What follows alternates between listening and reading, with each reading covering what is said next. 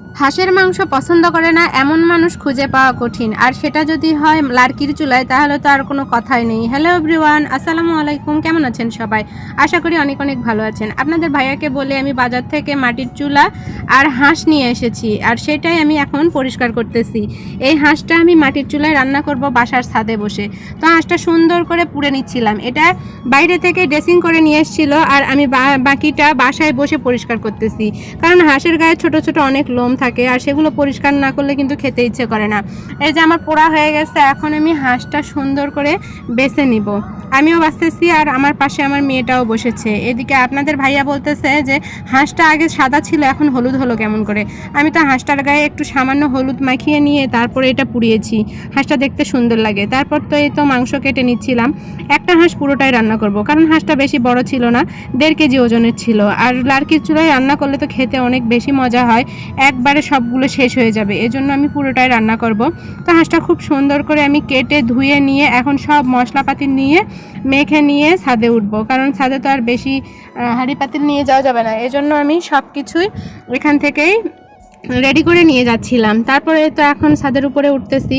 আমি এটা রান্না করব লোহার কড়াইয়ে। লোহার কড়াইয়ে কিন্তু রান্না করলে হাঁসের মাংসটা বেশ কালো কালো হয়ে আসবে রান্না করতে করতে, আর সেটা খেতে কিন্তু বেশ মজা লাগবে। আর আজকে আমি এই হাঁসের মাংস খাবো চালের আটার রুটি দিয়ে, এই জন্যই আর কি মাংসটা খুব সুন্দর কালো কালো করে রান্না করে নিব। তো এই তো দেখতে পাচ্ছেন আমি মশলাপাতি সব একটা প্লেটের মধ্যে নিয়েছি, আর মাখানো মাংসটা নিয়ে আসছি। এখন আমি চুলাটা জ্বালিয়ে দিচ্ছি। প্রথম চুলাটা একদমই জ্বলতে যাচ্ছিল না, অনেক ধোঁয়া হচ্ছিল। তো তারপরে কিছুক্ষণ পরে বেশ ভালোই জ্বলেছিল, আর ধোঁয়া হতে তখন তো আপনাদের ভাইয়া একদম বলতেছিল যে রান্নাই মনে হয় করতে পারবো না, হয়তো আবার বাসায় নিয়ে যেতে হবে। কিন্তু আমি তো ছাড়ার পাত্রী না, একদম রান্না করে নিয়েই নামবো, এই জন্য আমি ধোঁয়া করে করে হলেও রান্নাটা সম্পূর্ণ করেছি। তো এই পাশে একটু বাতাস লাগতেছিল, এই জন্যই আসলে ধোঁয়া হচ্ছিল। কিছুক্ষণ পরে অবশ্য আমার চুলাটা এই পাশ থেকে চেঞ্জ করতে হয়েছে, কারণ খোলা জায়গায় চুলাটাতে অনেক বাতাস লাগতেছিল। আর প্রথমবার কিন্তু চুলা জ্বলতে একটু ধোঁয়া ধোঁয়া হয়, এটা আপনারা সবাই জানেন। তারপর তো আমি মশলাপাতি দিয়ে পেঁয়াজ দিয়ে সুন্দর করে ভেজে নিচ্ছিলাম। এটা ভাজা হয়ে গেলে এর মধ্যে এখন দিয়ে দেব হাঁসের মাংস। হাঁসের মাংসতে আমি সব মশলাই দিয়ে নিয়েছি, এই জন্য আর মশলাপাতি দেওয়ার কোনো ঝামেলা ছিল না। তারপরে তো আমি নেড়ে চেড়ে নিচ্ছি, এরপরে আমি এটা ঢেকে দেব। দেখতেছেন কত ধোঁয়া হচ্ছে, আসলে খোলা জায়গা রান্না করা কিন্তু অনেক টাফ। তো যাই হোক, তারপরে তো আমি চুলাটা চেঞ্জ করে নিয়ে এই পাশে চলে আসছি। এই পাশে আবার কোনো ধোঁয়া ছিল না, আর কি জ্বলতেছিল। আর ছাদের পরিবেশটা একটু আপনাদের দেখায়, কত সুন্দর ফুল ফুটে আছে।